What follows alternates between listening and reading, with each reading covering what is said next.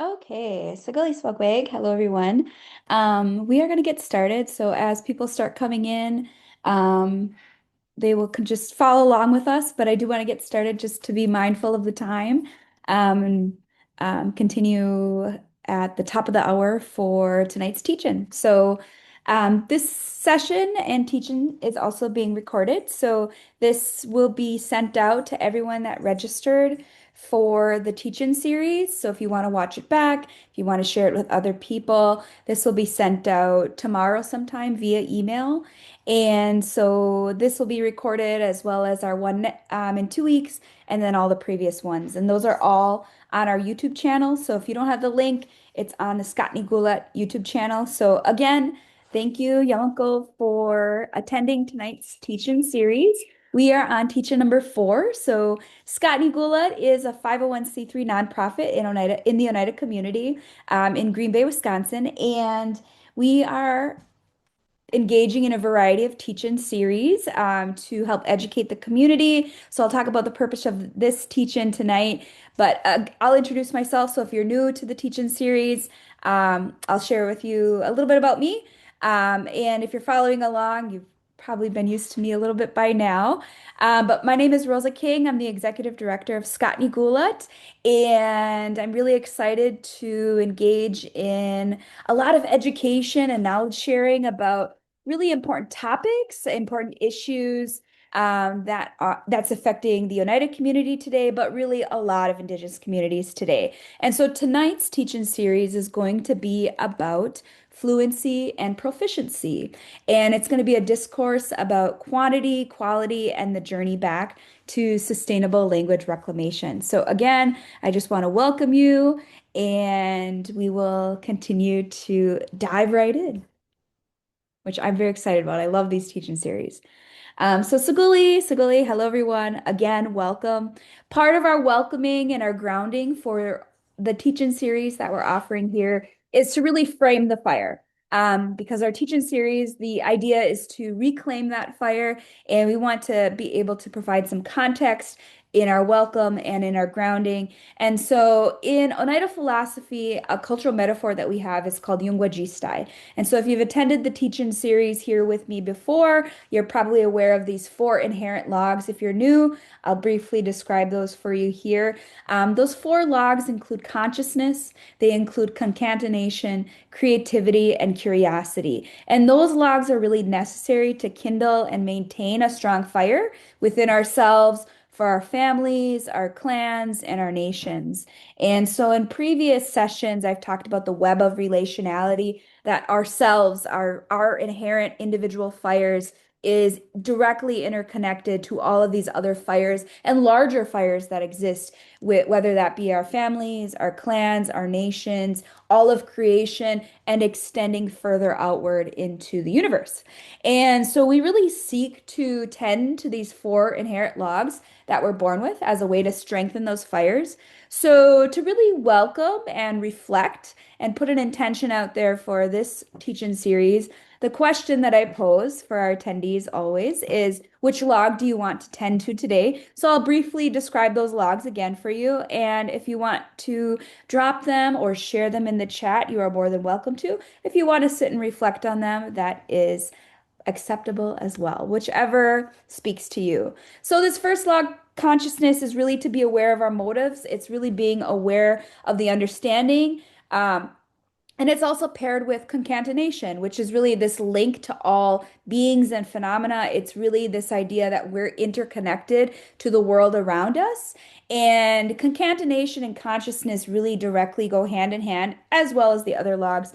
But it's really this idea of how is myself related to everything in me, but also around me, and how do those things live within me? And so it's this idea of relationality that exists within those 2 logs. And that also includes this other log that extends consciousness that's specifically focused on creativity. And this is talking about making connections, to make connections happen in a mutually beneficial way. And so it's really this link, understanding the links, that how all things are connected or related to one another and it's understanding and making those connections. And it's driven by this other log called curiosity, and that's really to be open to the discovery of others, the discovery of new information, and really opening our minds and our consciousness to new ideas, to new understandings and perspectives of the world that's based on different cultural experiences, based on our own human experience, based on our childhood experiences. And so it's really being open to varying ideas, truths, and perspectives that really all coexist within ourselves, but simultaneously with the world around us. And so if you do want to share which log you're going to tend to tonight for this teaching series as you follow along, and as I share a lot of information with you about proficiency and fluency, you can drop that in the chat. I'll share which one that I am going to be tending to tonight. I think I'm really focused on tending to the log of consciousness. It's really being aware of the usage of the terminology that we use, specifically in language reclamation work, and how we can really develop that awareness to really support our intentionality for how we create programs, how we learn, how we reclaim language, how we speak and understand language. It's all connected. And it really comes down to really just embracing and learning about terms, about these different systems that are at play and how they also exist within a colonial system, and how we can go back to reclaiming our indigenous practices within language reclamation work. And so it looks like Leslie, hey Leslie, dropped curiosity into the chat. So yes, definitely. And if you want to continue to drop them in the chat, that's totally fine. I'll continue along and I'll kind of check it here and there. But I will continue to go right along in our teaching. So as always, I always share our community agreements. We revisit these community agreements just to, again, provide that shared understanding for how we each show up in a shared space. And so those community agreements include active listening. So we're listening to understand, not necessarily to respond. Be curious. That's one of our four logs. Speaking from our own experience. And so that means we're using I statements to share our personal insights and also avoid generalizations because we want to speak from our own experience and use that as a way to provide perspective. We also want to respect confidentiality. That's really important in a shared space here, especially when we're talking about community and language spaces. Practicing both, and we know that there's an existence of multiple perspectives, truths, ideas, and experiences, and that actually all of those coexist. And so we just acknowledge and embrace that. We also acknowledge, as part of our community agreements, that we understand that there's also intention and impact, or intention versus impact. So sometimes we have an intention, but that doesn't always come across that way. And so we have to acknowledge and recognize the difference between those two things. Sometimes understanding like maybe there's an oops or ouch to what we share, and also taking a responsibility for perhaps those moments that come up. And we also make space for being human in these spaces as well. Really being a good relative. It's ensuring that we have a right to safety, peace, harmony, and honesty, and practicing those four R's: respect, relationships, reciprocity, and responsibility. And I always say we have a fifth R, which is resilience, especially for Indigenous people. And we remember why we're here. That's really the motive. That's really the intention that we set forth. It's to really stay mission driven. We focus on community and collaboration towards shared goals and really learning about the topic of tonight's teach-in. The last two is really focused on using the power of the parking lot. So sometimes we don't always have the time and the space to get to everything, but that's okay. We make space to revisit and renew and recommit to certain things that we might have not gotten to, discussions or tasks, and we will circle back to those at some point. And so we just put them in the parking lot for a later date to revisit and renew. And then the last one, because it's a shared space, we always want to be mindful of the time. And so I want to be mindful of your time that you're sharing with me, and then also asking to be on time in our shared space with our shared time.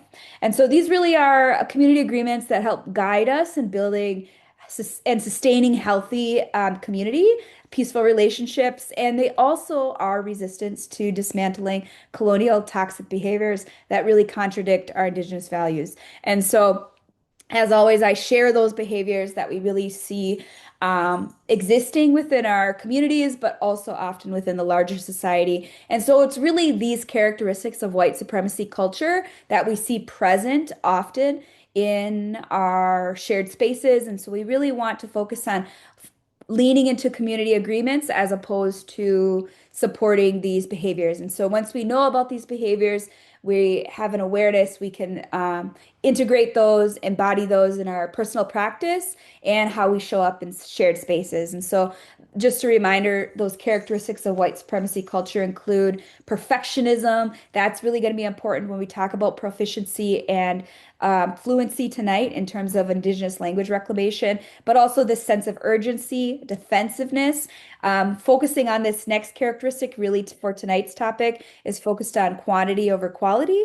The worship of the written word, there's only one right way. This idea of paternalism, either or thinking, or sometimes what we call the binary. This one's also really important for today's discussion about fluency and proficiency. Also, these other characteristics like power hoarding, fear of open conflict, individualism also shows up in our language spaces. Also, these other characteristics like I'm the only one.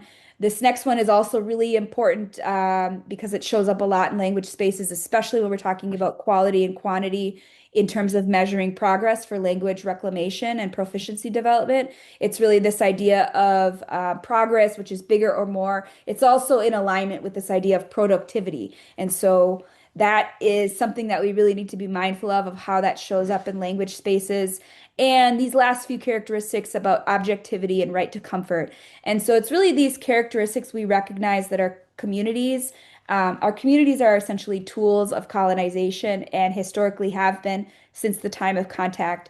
And so we've adopted these into our organizational and governmental practices and protocol. And so I always reference these at the beginning because we want to build awareness. We want to um, be able to make change and specifically starting with the individual, but also that contributes to enacting systemic change. And so um, I haven't changed this since the last teach-in because it still says blood quantum. But if you do feel inclined to share, you can drop in the chat how these characteristics show up in discussions about language reclamation or how they show up in discussions that have to do with the topic of fluency or proficiency. And so if you do feel inclined to share, you can drop it in the chat. I'll reference that throughout the time period here. And just as always, we remember to share in the chat and during our teach-in using the community agreements that I shared on the previous slide, as well as the 4 Rs. And so I kind of mentioned already which ones show up in our language spaces. And so I'll kind of reiterate those again. If you wanted to share more, you are more than welcome to share them in the chat. But we do see a lot of notions of white supremacy culture that have to do with productivity or progress equals more or bigger. We also see a lot of quantity over quality in language, especially when we talk about proficiency and fluency. We also see these ideas and notions of perfectionism and also individualism. And so if you do feel inclined to share, you can drop those into the chat. I'm going to continue on, but I'll try to go back and reference those as they come in. So, the purpose of tonight's teach-in, I'm very excited because we're getting more into extending our understandings beyond cultural philosophies with the previous teach-ins to including how that shows up in language, Indigenous language, and specifically for the organization that I oversee, Scott Gulat, really understanding how that affects Oneida language reclamation. And we know this extends beyond the Oneida community because these are a lot of shared challenges that a lot of Native nations and communities face. And so a teach-in, as a reminder, is a community learning space. It's a gathering for action and change. It's to really build your awareness. It's to build dialogue. It's to build a collective understanding about topics and issues that affect our people and also affect our future. So the idea is for sharing knowledge. It's for us to reflect together. It's to build a shared sense of purpose. I do share a lot of information in these teach-ins, and so sometimes a lot of people might just sit with that information, digest it, and reflect later. And that's more than welcome too, because it is a lot of information. And so I always welcome that as part of your reflection process. So you don't always need to share the chat, but if you're just reflecting internally and over time, that's another part of this process as well. So the goal is really to raise awareness. It's to inspire critical thinking. It's to ask questions. Sometimes we have more questions than we have answers, but that shows us that we're really thinking deeply about these topics. And that's what our people really did historically, ancestrally, and traditionally. And that's shown within our language because a lot of indigenous languages, especially Oneida language, is always used and talked about using metaphors. And it shows how philosophical and intellectual our people really were. And so we really want to reclaim this idea of critical thought and deep thinking about issues and topics that affect us so that we can move towards concrete communal action. So today's purpose, we really want to understand terminology. That's the critical piece initially in this teaching is to understand how terminology shows up. What is it? What does fluency mean? What does proficiency mean? And how that shapes how we think, teach, and measure success. And I always say perceive success because that is not necessarily a universal idea. It can be individual, our individual ideas of success, and also our collective intention to reclaim language. And what does that mean for our individual communities? Our purpose is also to really understand colonial definitions and how they really fail to reflect the realities of indigenous language reclamation movements or revitalization movements. And we really want to be able to use that awareness and that education to choose how we describe our movements moving forward. So I present a lot of considerations, a lot of information, but really a lot of things to consider when we talk about these issues and topics that we see in the Oneida community and a lot of other Indigenous communities. And so we want to really consider how we can remove intimidation barriers, how we can stay trauma informed in language spaces, and how we can encourage learners to keep going and have a sustainable language journey, language reclamation journey, and how we can reflect on our own definitions of success and sustainability for our communities. And so I will get right into it. So really, when we look at the indigenous context of language, language is the heart and soul of a people. It's the heart and soul of a community. It's the heart and soul of a land. It's the heart and soul of a clan. It's the heart and soul of creation. And I always think of language as a glue that connects all these different pieces of our ways of life because our languages carry that worldview. They carry the values, they carry traditional knowledge, and they carry spiritual connection. And all of these things, when we talked about concatenation, that inherent log that we have as individuals, and this idea of consciousness, we now can understand how language is basically a connecting point to all these other parts of our ways of life. And so, really, to restore language, it's to restore the soul and the spirit of a nation, of a community. And so, we also have to consider a lot of other pieces beyond just, okay, how do we reclaim language? How do we create speakers? Because often those are our kind of surface level considerations or questions. We think, okay, how do we develop speakers? Okay, we can create these programs and we can train teachers and then we can teach in the language and we can create speakers. But there's a lot more than just that. Those are important considerations, but there's also considerations that need to be made for making space for these other ideas like language loss. Historical trauma. Those things show up in our spaces.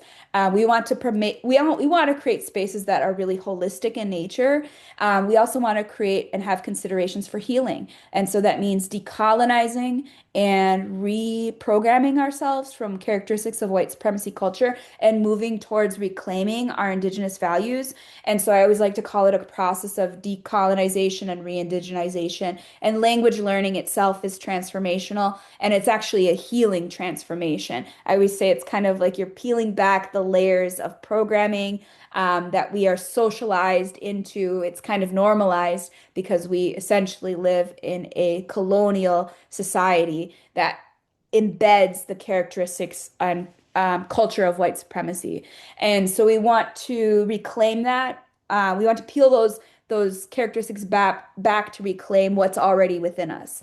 And so that's that process of transformation. It's healing from decolonizing to then re-indigenizing. We also want to make considerations for creating safe spaces. I had a previous teaching about community and community care and collective responsibility, and that the idea of language reclamation is reciprocal. It's not necessarily just a space and a place where we say, okay, I want my child to be a speaker. I'm going to send them to this program, and it's the teacher and the program's responsibility to teach the tribe or to teach the child the language. But really, it's a reciprocal practice that we are all in this together and that we show up for this intention of, supporting a child. The program does and the family does at the same time. And so it's this idea of collective care that's reciprocal in nature, and it's also this idea of collective responsibility.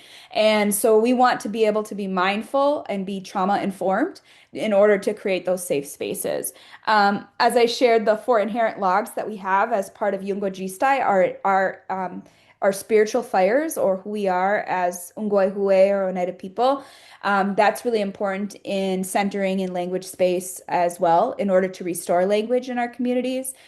We also want to practice other cultural values like Gahleja Lusla and Gatnigohli, or what we call encouragement and the practice of a good mind, or a healthy mind, is really more of an appropriate term, I would say. And those things are all really important, but we also want to practice some additional logs that I had mentioned about creativity in the previous slide, but really embracing these ideas of fun, joy, and creativity in our language spaces. And so we want to be able to really foster that excitement in language spaces. We want to be able to have fun in our language spaces. And that's really important because sometimes that's almost the last thing to come up. And it's not on there, but I'll add it here now, is that we actually want to create very loving spaces. That's really what the consideration is for restoring language in our communities, restoring the soul of our nations and our territories, is re-embracing love and how that shows up in language spaces. And also practicing the four R's. And I always add that fifth R, that level of resilience, because we do have a lot of considerations for the history of language loss. And so being able to shift the cycle of language loss to now language reclamation and further language thriving in a community is to be very trauma informed and aware of that context that we operate in. And so when we talk about language and we talk about fluency or proficiency and measures that are either qualitative or quantitative, we also have to understand that quantifiable metrics, they often leave out the human and spiritual nature of language reclamation, because oftentimes in the previous slide, there's always a value of quantity over quality, and that's a characteristic of white supremacy culture. And so we want to be able to have that awareness that that can leave out our human and our spiritual nature of language reclamation. It leaves out the full story, all of these considerations from language loss, our history, our trauma, to also embracing these other aspects of our culture, like encouragement, a healthy mind, fun, joy, and creativity. It's the balance of all of those things. And that's the story of our language, from where it was to where it is now and where we want to see it in the future. That's that 7 generations thinking of language reclamation. And so quantifiable measurements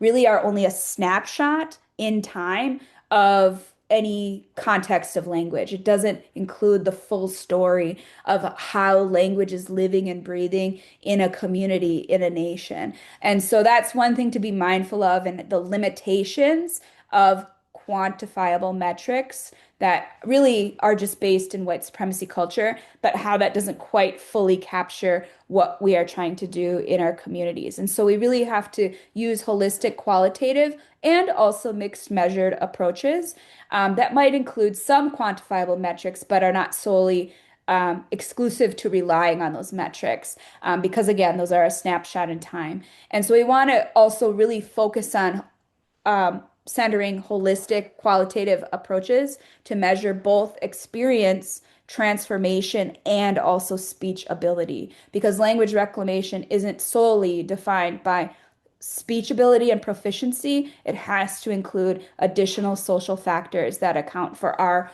personal experience in the language journey and also the transformation of ourselves, because that's how we create healthy communities. If we were to reclaim language and solely focus on developing proficiency, but not include these ideas of decolonization and re-indigenization, which do happen in the language learning journey pretty naturally, we have to include those stories of transformation. And that really is what shifts our community towards healthy practices, which really are just our cultural practices and values. Normalized again in our communities. So I use this visual all the time, the circle wampum. So I've talked about this in previous teach-in series before, and this circle wampum is one of the earliest agreements that the Haudenosaunee or the Five Nations or Six Nations now of the Iroquois Confederacy, which Oneida is a part of, had with each other. It actually is what created and unified those nations under one confederacy. And that confederacy was actually a influential factor of the creation of the United States, and it was the earliest form of diplomacy in these lands. And so the circle wampum is basically it outlines the governing structure and the chief system and the clan system of the Haudenosaunee. And so that circle wampum isn't solely just governance. It reflects the natural world because it includes our clan systems and how we model ourselves after the natural world and how we use that to guide our decision making, our governance, our diplomacy, and really our ways of life. And so the circle wampum is just a metaphor for language in a community, but specifically the positionality of language in a community. Where is language in the community? We know language is the heart of a community and it's at the heart, but where really is it? We know that it's at the center. And so language is the center of our way of life. It's a web of connection. And it's not necessarily just at the center, it's actually everywhere. It's the glue that brings all these pieces of our ways of life together. So that's from either our cultural values, it can be our foods, our plant knowledge, the song and dance, our agricultural practices, our ceremonies. It binds our ceremonies. We can't have our ceremonies if we don't have our language, and so those two things are interconnected. It's glued with our identity. We know that's central to our identity as Indigenous people, and we know it's not exclusive to language either, but it is a part of it.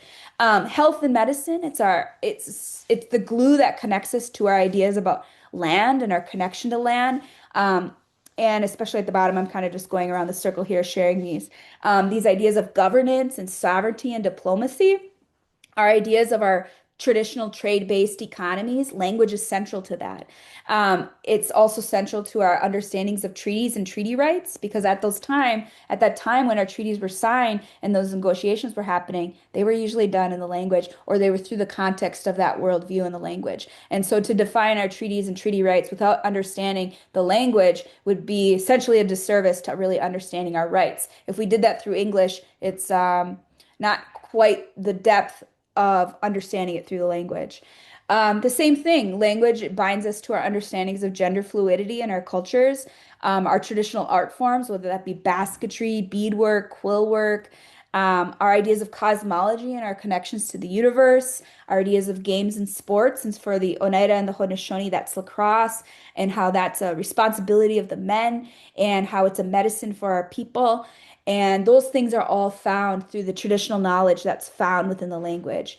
It also includes these connections to land stewardship, clans, and kinship, and our understandings of how we are related, interconnected, and related to each other in our communities, our traditional birthing practices, our harvesting practices, hunting, history, and our stories. And so you can see how language is just it's at the core of connecting to all these different pieces. And so I put it at the center of this visual to show how it's connected to all of these things, directly interconnected and bound to them, reciprocal in a way that coexists and is mutual. And so when we think about this idea of fluency, we really want to understand what it means first. And so fluency is defined in a few different ways, but most commonly it's understood to be the ability to use language clearly, correctly, creatively, spontaneously, and effectively to really communicate on a variety of topics that's also culturally appropriate. And so fluency understands that you don't have to rely on English or external aids. You can just naturally and fluidly speak in a way that comes and connects the brain to the speech to the comprehension of whoever the receiver is. And so it's this natural cycle of communication, comprehension, and understanding. So it really reflects ease and confidence in speaking rather than complete vocabulary knowledge. So sometimes we have a misunderstanding, I think, in our community about what fluency is. And the only way to really understand it is to understand what fluency means by definition, and by a common accepted term of what it really is. And so it is possible to be a fluent speaker without knowing all of the words in the language. I always say we're all essentially fluent speakers of English, but we don't necessarily know all of the words in English. So the same thing. It means that fluency isn't defined by the knowledge of the vocabulary alone. It's the ability to reflect ease in speech and do it very efficiently without the pauses or the external help or assistance that's needed to create a thought. It again, I always say it's the flow and ease of the mind, the comprehension, the brain processing information through the speech. Outwardly, it's like a circular cycle, and the receiver is receiving and comprehending that, and that just continues in communication. And so unfortunately, when we look at characteristics of white supremacy culture, we see that there is only one right way. This idea of one, or either or is so common in language and how language is accepted in the United States. And in North America, even beyond the United States, this idea of monolingualism is at the forefront of society, that English is dominant. We can call it English supremacy, actually. So it's not necessarily just white supremacy culture, it's English supremacy. And that doesn't necessarily make room or space for other languages. And it doesn't always make room or space for bilingual people or trilingual people. And so this idea of monolingualism is just being fluent in only one language, and that's considered normal and acceptable. And if you actually don't practice that, if you're bilingual or trilingual, that is actually shunned or pushed out. And we know that the rest of the world actually supports these ideas of bilingualism and trilingualism and beyond. Because not only does it expand your consciousness, but it expands your worldview. It creates more approachable way of life to interacting with others, stronger relationships when you have that mutual understanding and level of consciousness and awareness. And so we know that monolingualism and the value of monolingualism in the United States is merely fueled by white supremacy culture. And so I note that because that's a key aspect of what we see in our communities. Why do people want to learn our languages? Why should they learn our languages? What's the use of it? Why don't they just continue to learn English? So I always keep that as a frame of reference for these conversations. So a lot of times we see key terms associated with fluency. So we'll see words like fluent speakers, and a lot of times when we talk about language reclamation or revitalization in a community, we note how many fluent speakers are left because that tells us the health of a language in a community. And so fluent speaker is often defined but as someone who speaks and understands the language well enough to be able to communicate in the language without the use of English. And so in our communities, the context is we don't have very many fluent speakers left. In Oneida here in Wisconsin, we have two left.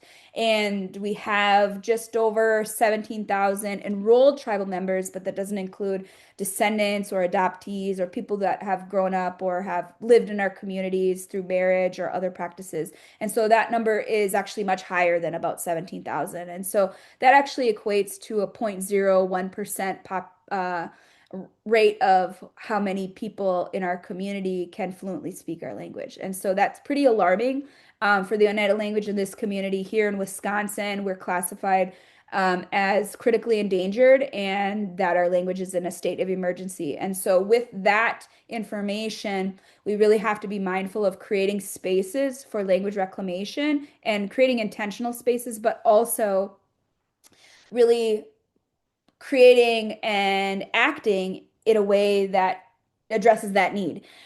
We have to start to create movements in our communities and pockets of movements that address the need and not wait around for it. And so it kind of is a call to action, I guess, that information of how many speakers exist still in our communities. Sometimes that word is interchanged. and used sometimes inaccurately with this next term called first language or mother tongue speaker. They're not necessarily the same because you can still be a fluent speaker without being a first language mother tongue speaker. But a first language mother tongue speaker is really someone who speaks the language that he or she learned or they learned as a child in the home. So from birth, and that they continue to speak it as their first language. So that was their first language when they were born, and um, that that is before they learn English. And so a second language speaker can also be a fluent speaker as well. But that's someone who has learned the language after childhood in addition to their first language. So the majority of people that are proficient on some level in an indigenous community and specifically for the Oneida community are essentially second language speakers. They've learned English, that was their first language, that was the language in the home, and they've learned it through their own means, whether that was a child like students in an immersion program or teachers that have learned it as adults to develop a level of proficiency to operate in the language without the use of English. And so when we think about fluency, there's also another term that pops up often. And so we hear this word called proficiency. So I'll dive deeper into that because that's really the core of this teaching tonight is understanding proficiency as the ability to use the language correctly and effectively. And so that also includes a little bit more of an expansive understanding of fluency, to include precision and include vocabulary, sounds, and grammar, and also the cultural context that it exists in. And so I think it will be helpful to see how fluency shows up in our communities. And so I like to call it um, understanding fluency from a Western context, or what I like to call the colonial trap of fluency. And so, because we see white supremacy culture show up in language, whether that's in indigenous context or Western context, we know that the dominant approach is that fluency is defined by Western linguistics. And so that means that there's a native-like command of the language. And so this within a Western context, the way that fluency is described, it actually assumes an uninterrupted intergenerational transmission of the language. So it doesn't account for the colonization and linguicide, the disruption and the taking of our languages through the use of boarding schools, assimilation, and colonization, that how that was disrupted. And so it actually reinforces white supremacy culture because it reinforces a binary. It says you're either fluent or you're not fluent, and that's the either or quality of white supremacy. And so in tribal contexts, how does that affect us?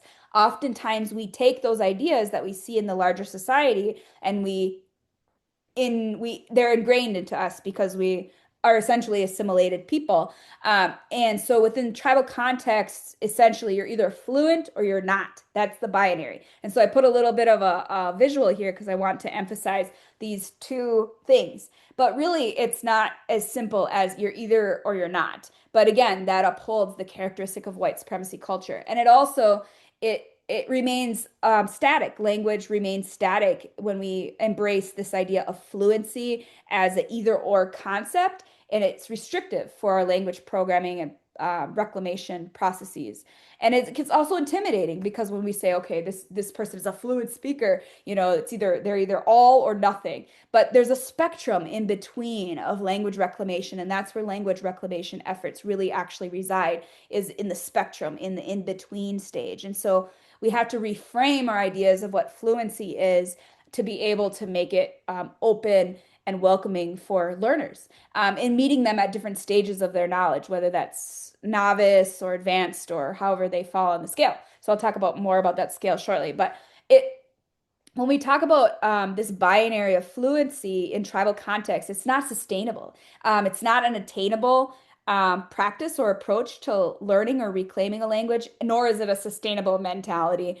It's just very much in alignment with white supremacy culture. It doesn't include growth or the natural steps that occur during language learning or the speaking journey, and it doesn't define speaking goals or guidelines as a progression, and it doesn't integrate indigenous values qualitative, holistic values in understanding the experience of language and the transformation of language learning for an individual and a community as a whole. And so, really holding Indigenous learners to colonial fluency metrics, it ignores historical trauma. It ignores the story of our languages and where we've come from abundance to significant loss to now reclamation to where we want to see it in the future of thriving, rather than just kind of survival where we're at now. And it also creates perfectionism and fear, and those that perpetuates that cycle of white supremacy culture again. And it actually makes language feel out of reach. It feels like we're disconnected from it, like it's beyond us, but actually language lives within us. And so that's the purpose of really understanding these terms and how they show up in our community spaces. So fluency is actually merely a degree of proficiency on the spectrum of language proficiency development. So this smaller graphic below is a little bit of a step or a staircase, and that's just proficiency development. It's really incremental steps or degrees of how we can move towards language mastery or what you can understand to be fluency. I always say fluency isn't something that's like an end game, like a marathon. Okay, made it to the finish line, I'm done. Language learning, I always say, is lifelong. And I think that really is in alignment with our lives. We're always learning and growing, and we embrace this idea of continued expansion. And that's what language learning is. It's always continued expansion. What can I do? What can I learn that I'm not familiar with yet? What can I get better at? What is new that I want to continue to learn about? And it really supports a little bit more of a sustainable approach for language reclamation in our community. And so when we understand proficiency, proficiency is really an individual's ability to use a language for real world spontaneous communication, that's also accurate and effective in both reading, writing, speaking, and listening skills. So it's a little bit more holistic. And it in terms of understanding what proficiency is, what it's capturing, and what it's measuring. It measures how well a person can use the language. And notice I say how well a person can use the language. This means that there's a variety of areas of how well a person can use language. And it's measuring how well they can use a language in different situations. Maybe they understand table talk. Maybe they understand, talking about your day with someone or going to the store. And those are the different situations that proficiency can measure.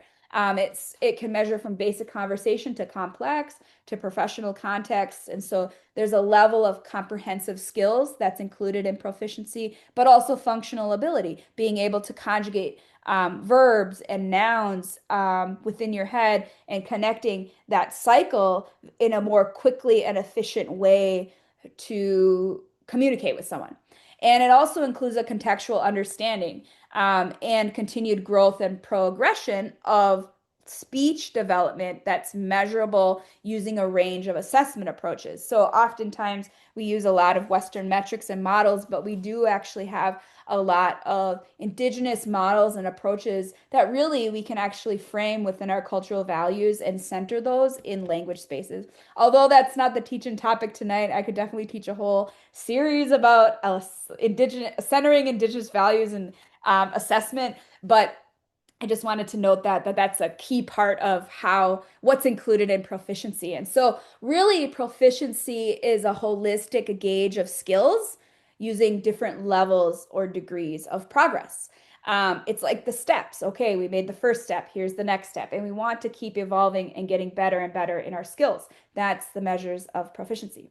And it's really a spectrum. It's a spectrum of steps that increase fluency in a learner. And so when we think about proficiency, it's a very sustainable approach because it's fluid. It's measuring across all levels. It allows room for growth. It's functional. It focuses on communication and comprehension in real context, and it's realistic. It meets learners where they're at, and it supports their advancement over time. And so, really, proficiency, like this graphic to the left, it's a spectrum of steps towards skill, speech, and comprehension that leads towards fluency. And so, a lot of times, that spectrum includes a few different steps or degrees or levels. One we might call novice, another we might call intermediate, Another that's a little bit higher is advanced, and then also superior. And that spectrum is going towards increasing fluency, and it's that measure of progress. And so I wanted to show the actual levels of language proficiency. Although they're not entirely inclusive to Indigenous values, they do capture this growth mindset or expansion of skill development in language proficiency. And so we look at this ACTFL, and if you're familiar with language, this is a pretty core standard language proficiency measure for world languages, essentially. And a lot of Indigenous languages use them. Indigenous language programs use them in a variety of communities, and they're also adaptable too. It's kind of like a pretty comprehensive standard across the board. But again, there's always room for integrating and centering Indigenous values. And it doesn't mean that this is a way or a model that we should reframe language and say, how do we fit our Indigenous language values into this? But really, how does this just kind of get us thinking about what our internal cultural measures of language proficiency really are? So I'll talk a little bit more about those considerations shortly, but I just wanted to show you this because it does support this growth mindset. You can see at the bottom, novice low, and it's kind of this upward expansion of knowledge from novice low that has a few different increments to intermediate to advanced low, mid and high to superior, and then distinguish. And so this idea of proficiency expansion or development, it recognizes progress, not just end results. It also encourages continued learning without fear or not being fluent, like I'm either fluent or I'm not. I'm just at this step and I want to be able to get to this next step, and these are the ways in which I'm going to do it, or having support to be able to navigate that journey of how to be able to get to the next step. And that's what teachers are for. That's what programs are for, to be able to help you advance to these next steps. And it allows for tiered community goals.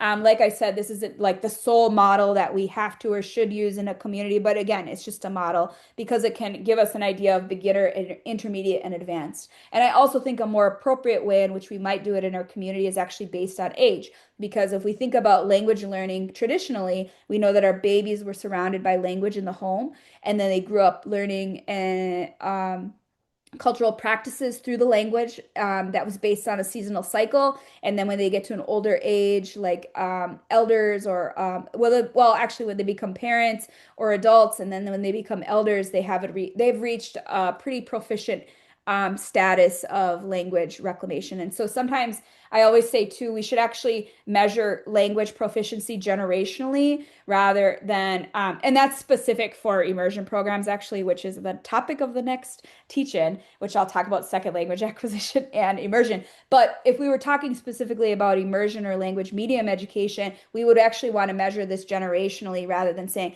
okay, this child at age 5, we need them to get from a intermediate mid to an advanced high, and doing that within a few years, when rather traditionally our people did that over the course of a generation. And so we can actually really recreate this that centers our cultural practices and understandings, and also including our measures and tools for how did we know students know what they know, or our learners knew what they knew. And so really this idea honors all contributions of revitalization. And so even if we're not talking about immersion or language medium education, we can still adapt this for second language acquisition. So again, that's a topic I'll touch on at the next teach-in, the last teach-in.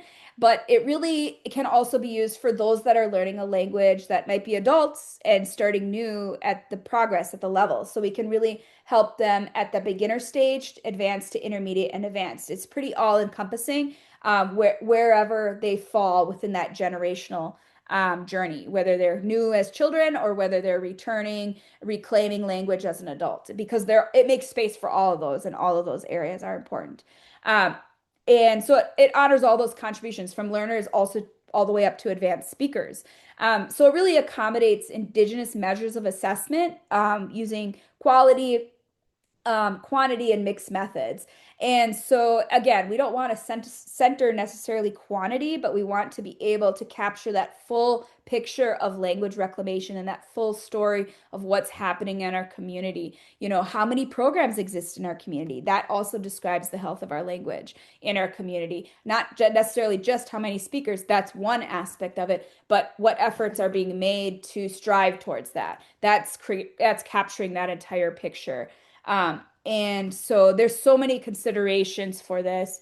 But also when we talk specifically about language speakership or speech, that we can really still measure that using quality, quantity, and or mixed methods.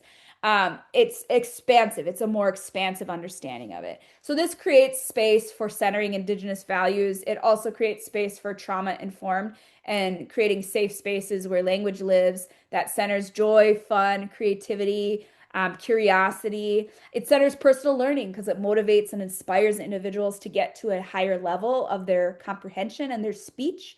And it reframes language learning from just being a competition because it's really giving and supporting the growth mindset of an individual and focusing on their inner growth that will support the expansion of language in a community.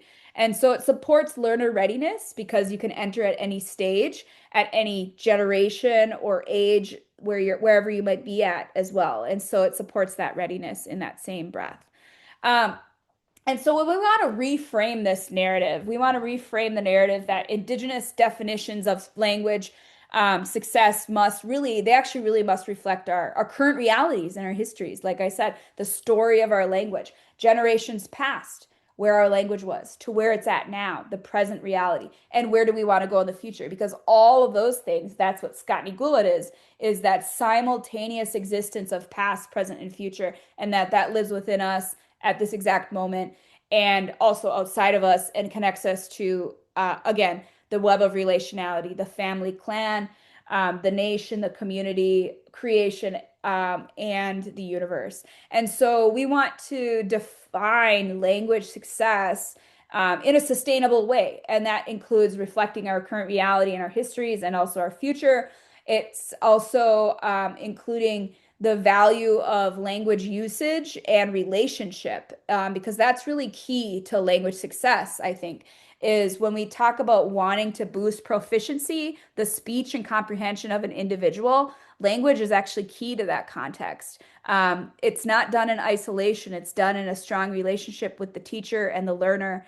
Or the mentor or mentee. So, if you know anything about language reclamation practices, or approaches, whether they're immersion or mentor-based programs, all of those are based on strong relationships. And if we focus on that, language proficiency naturally develops. Rather than focusing on the outcome, we want to focus on the process, if that makes more sense. Not necessarily the product, but again, the process. The product will come, but it's the process that we really need to focus on building those spaces because that's the sustainable approach and a healthy approach to language, reclaiming a language in a community. And it also includes the cultural context because when we look at language reclamation in a community, we're including values like our community agreements that center our cultural values. And for Oneida, that's peace, strength, and a good mind. It's valuing, healthy relationships. It's valuing safety and peace. It's valuing accountability. It's valuing community care and collective responsibility. And so there's a lot more to understanding language success that includes these other considerations. It also helps us to avoid that trap, the colonial trap and characteristics of white supremacy culture that come up in our language spaces, like perfectionism, the binary, and other characteristics of white supremacy culture. Even the written word, that's a characteristic of white supremacy, because we know our languages are oral. And so we are able to fully reclaim our sovereignty and our self-determination when we make and create intentional spaces for language to live and thrive. And so proficiency-based measures can be tied actually to cultural milestones. And so how do we know a student knows what they know? Well, are they able to recite a particular speech that's important to us in our culture? So for Oneida people, that's our Ohandugali Wadek, our opening address or our Thanksgiving address, where we give thanks to all of creation at the start and the end of our school day. Our students to understand the protocol and process of doing that, the different aspects of it, And also, are they able to do a heartfelt speech based on their own gratitude and thanksgiving in the language? That's when we know a student has achieved a high level of proficiency, not only in the language, but it's simultaneously paired with a cultural milestone. Or are they able to tell a story about maybe how our clans originated? Maybe they're able to recite the Great Law. Obviously, that's at like a much later stage of advancement, but it's using those instead of saying, okay, they know how to read, write, and they know all of that. That naturally comes. Again, that's the product. But if they're able to do it in a way that's cultural milestones, that centers our practices and these other outcomes of proficiency like reading, writing, comprehension, literacy, those naturally come. And it also resists white supremacy culture. And so we want to really think about proficiency. Are our students practicing and embodying cultural values through their language learning journey, like peace, strength, and a good mind, the 4 R's? Because one thing that we do here at Scott Goulet we have a small language nest program that we're looking to transition into a language medium school or a charter program in the coming years as we expand, is we really want to define success based on are our students embodying our cultural values? Yes, they're learning through the medium of the language, but are they taking that and living it? And that's when we know we have a healthy, thriving community or healthy, thriving speakers, not necessarily their ability of how many words or how fast or efficient, which already is there. That's the thing. It's not saying that we're not saying that. It's saying that this and this can coexist. So we really want to shift the movements of language. So instead of saying we need more fluent speakers, we're actually building proficiency across a community so that language lives in our daily lives. And that proficiency is also paired with how we are embodying cultural milestones and practicing cultural values in the process of language learning. So, like I said, proficiency can be measured and is often exclusively measured by these incremental steps based on skill level of speech, whether it's reading, writing, comprehension, and so on. But really, again, it's embodying cultural milestones and cultural values within our language learning process because that creates a holistic speaker. Um, so we can also reframe how we say this. Instead of saying, I'm not fluent, so I can't help, we can instead say, again, growth mindset. I'm growing my proficiency and sharing what I know. And this makes room for all those ready points, those starting lines for every individual.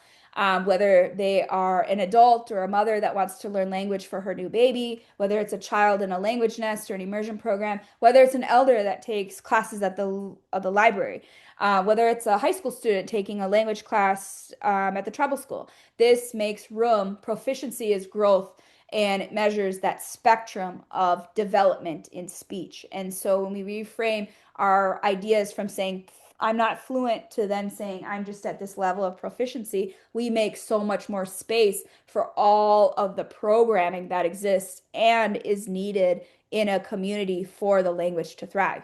Because language isn't exclusive to necessarily just language medium or immersion programming. That's important because that really speeds up language reclamation, and that we really need that to create, because we don't have many speakers left, so we really need to put efforts into that. But we also still need to make space for second language acquisition because a lot of our teachers in immersion spaces are usually second language learners. We need to make space for these other areas of our community that have different starting points or goals. Not everyone wants to be a speaker, and that's okay. Maybe they just want to learn how to introduce themselves. And so we need to have programming at all across the board for people in our community. And so that's really important in understanding how, again, the story of language exists in our community.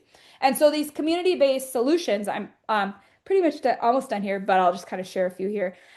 Community-based solutions, we're really understanding the story of our people and how that shows up in our language spaces. We're understanding the story of our land, of our history, of our territories and creation, because it's not just exclusive to us as a people. We are merely a carrier of knowledge for creation. We are a steward of knowledge for creation. That's our responsibility as Ungwehu, as original people, as Oneida people. And so we are just a medium. We're a medium that is carrying language, the consciousness, the worldview, and the knowledge to creation and back to us. And so our story isn't exclusive to just us. Our story of the language includes our histories, it includes the land, it includes our practices, our cultural practices, our ceremonies, agriculture, everything. So, reclaiming cultural values within language proficiency development is an act of sovereignty. It's an act of self-determination. And I truly think that sovereignty and self-determination cannot exist without language. In fact, in the West, from the Western perspective and the United States perspective, they define sovereignty for Indigenous communities as having an active language. So it is a pretty serious issue and challenge that we face in our community, especially for Oneida if we have two speakers left. And especially in the time period we live in now, in the colonial society that's dominant in this world is, they can come in and say, okay, we're not, you guys aren't going to be sovereign anymore. We could lose our status and, really not have recognition of our rights. And so language is key to our existence.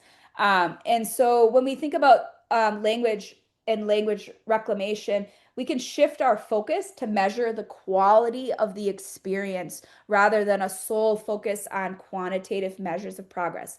Now, again, those measures of progress in speech and comprehension are very important. So how I always like to say it is yes, and. Yes, we need to do that, but that's not the core.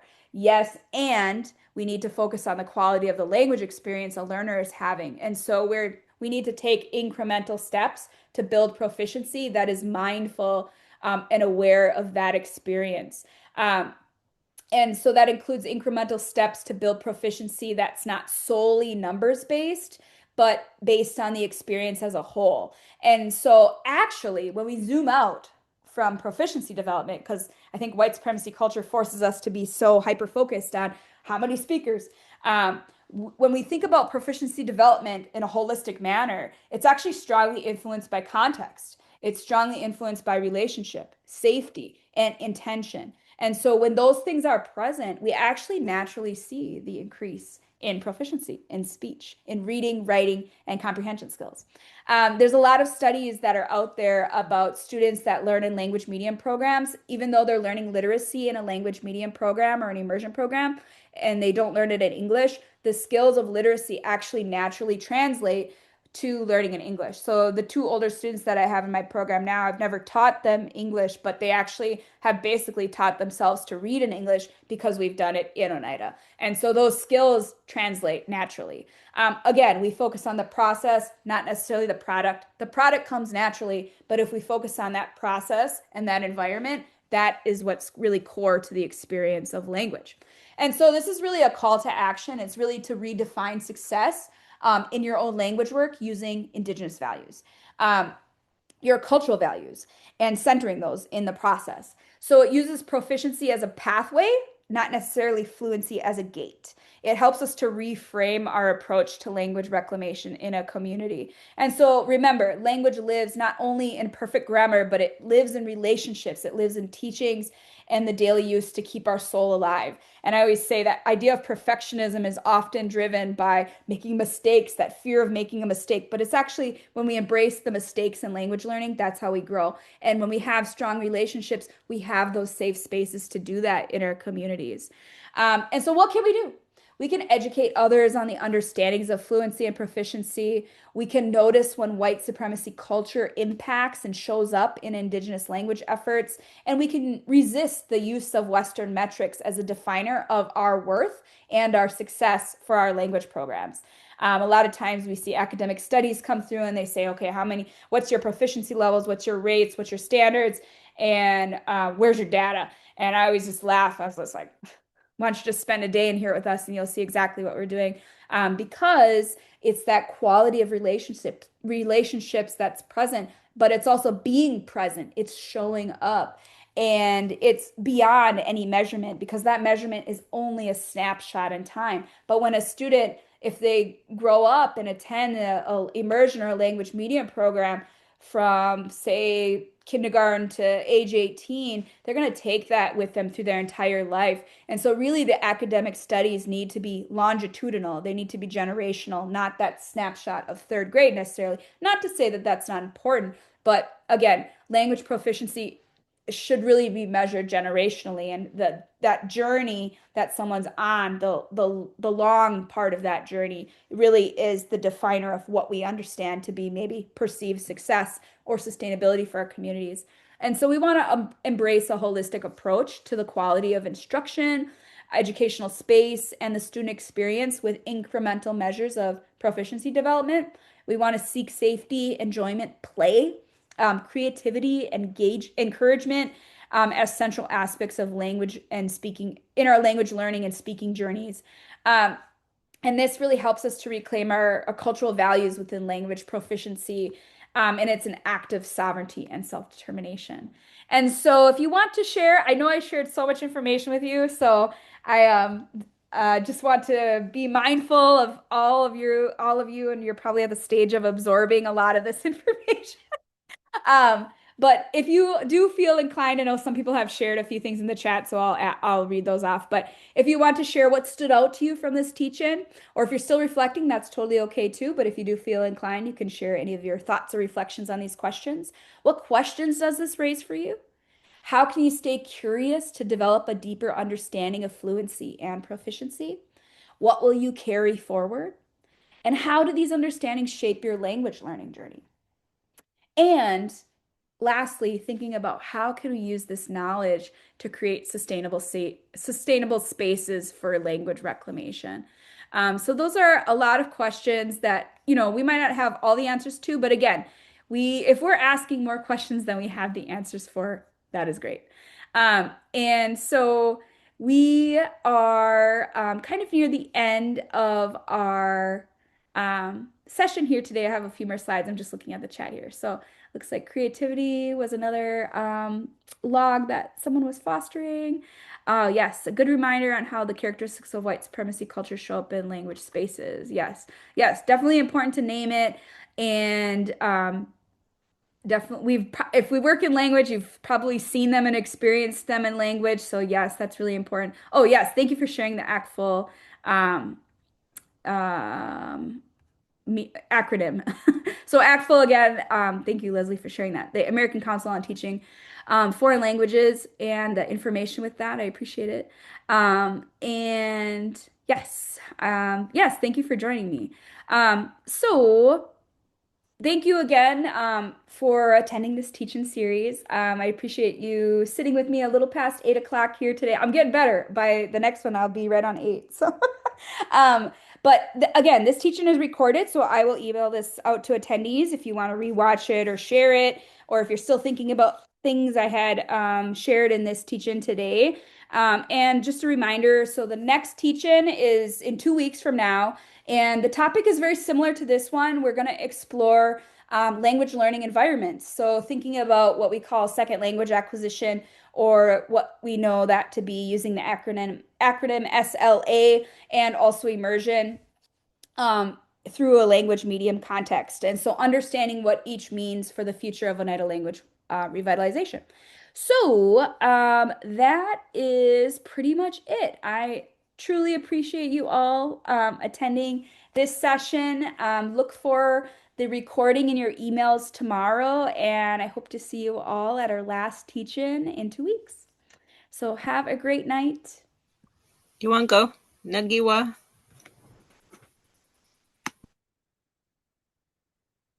All right. Yamako, Nukiwa, I will see you all again in 2 weeks here. Have a great. Hey, how are you?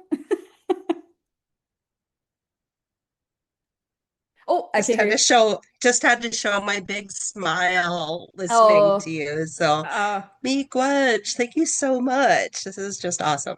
oh, I'm glad you could come and attend. Yes. Awesome. Well, I hope all is well and have a great night. You too. All right. Onagiwa.